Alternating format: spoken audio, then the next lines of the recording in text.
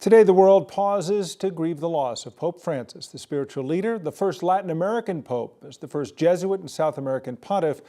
Pope Francis broke centuries of tradition. Our coverage continuing now with our 9 News mental health expert, Dr. Sheryl Ziegler, because we do talk about grief, and sometimes shared grief can actually help people in some ways. You look at someone and you can feel their pain. You're grieving a similar path, but for some, this is hard to process. It is, and I agree with you. I think that sometimes we don't know what people's beliefs are. So whether you identify as being Catholic or not, there's still a general sense, I think, when you mention Pope Francis has passed away, that a good man has died. Right. You know, when someone who actually stood for really important things, was trying to make some really important shifts and changes. And so I think that that can be a really nice feeling to just say, I don't know what your beliefs are or mine, but we can share in appreciating that this is a big loss. And I think that's a great place to start. We talk about him. He was a bit progressive in many ways. He also talked about his own mental health, which is a good thing. It's an unheard of thing, really, and it was an excellent thing. I mean, he talked about experiencing depression as a child. He talked about experiencing anxiety as an adult. He talked about going to a psychiatrist for 6 months. Like, he really shared those things, and he also pushed mental health in general, but mental health for men, which is also something. All of that. Huge. So when I come on and I constantly say, we have to talk about it, we have to talk about it, it's because that's where we are with mental health. We're in the still, we have to destigmatize stage, and he was very much a part of that, particularly within the faithful, and that's really important. Otherwise, people are not talking about these things, and if we're not talking about it, we're not moving the needle. And what's interesting is I think sometimes you view somebody of faith and say, well, their faith is so strong, they don't need professional help. They can just, because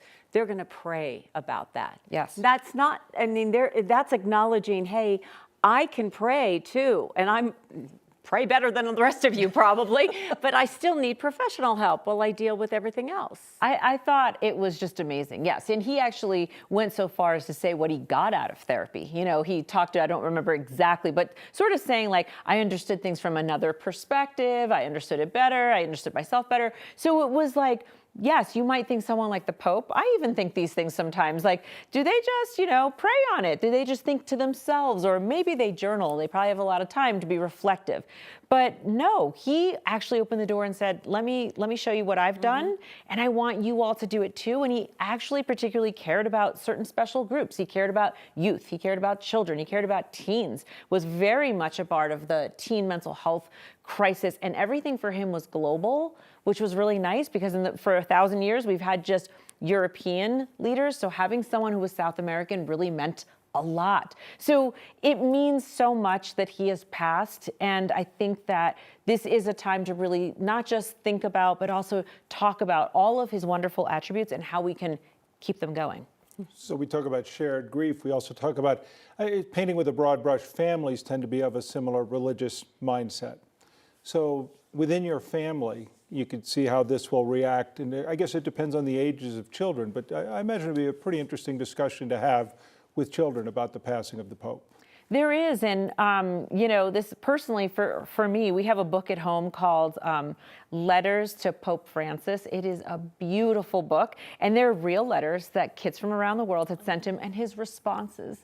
And so I know for me tonight, I'll get that book out. I love that book, but also there's just like I said, talking about it. So if you want to talk about it as the Pope and keep it there, great, talk about that. But also just to say, for people who might not even know who's the Pope, there was a great man who led, you know, the largest church around the world, and you know, there were some really wonderful things about him, and how can we keep that spirit and legacy going, even in our own little house? Because yes, it matters what we do right under our roof. We don't have to be an international global leader to impact change, and I think that's a really important point. Well, we know many people learned about him when he was chosen, and I imagine for many people who are younger now, they'll learn about him more in his passing, and that's an opportunity for many to learn more about him and the process that will follow now. Dr. Ziegler, it's good to see you as always. Thanks. Thank you.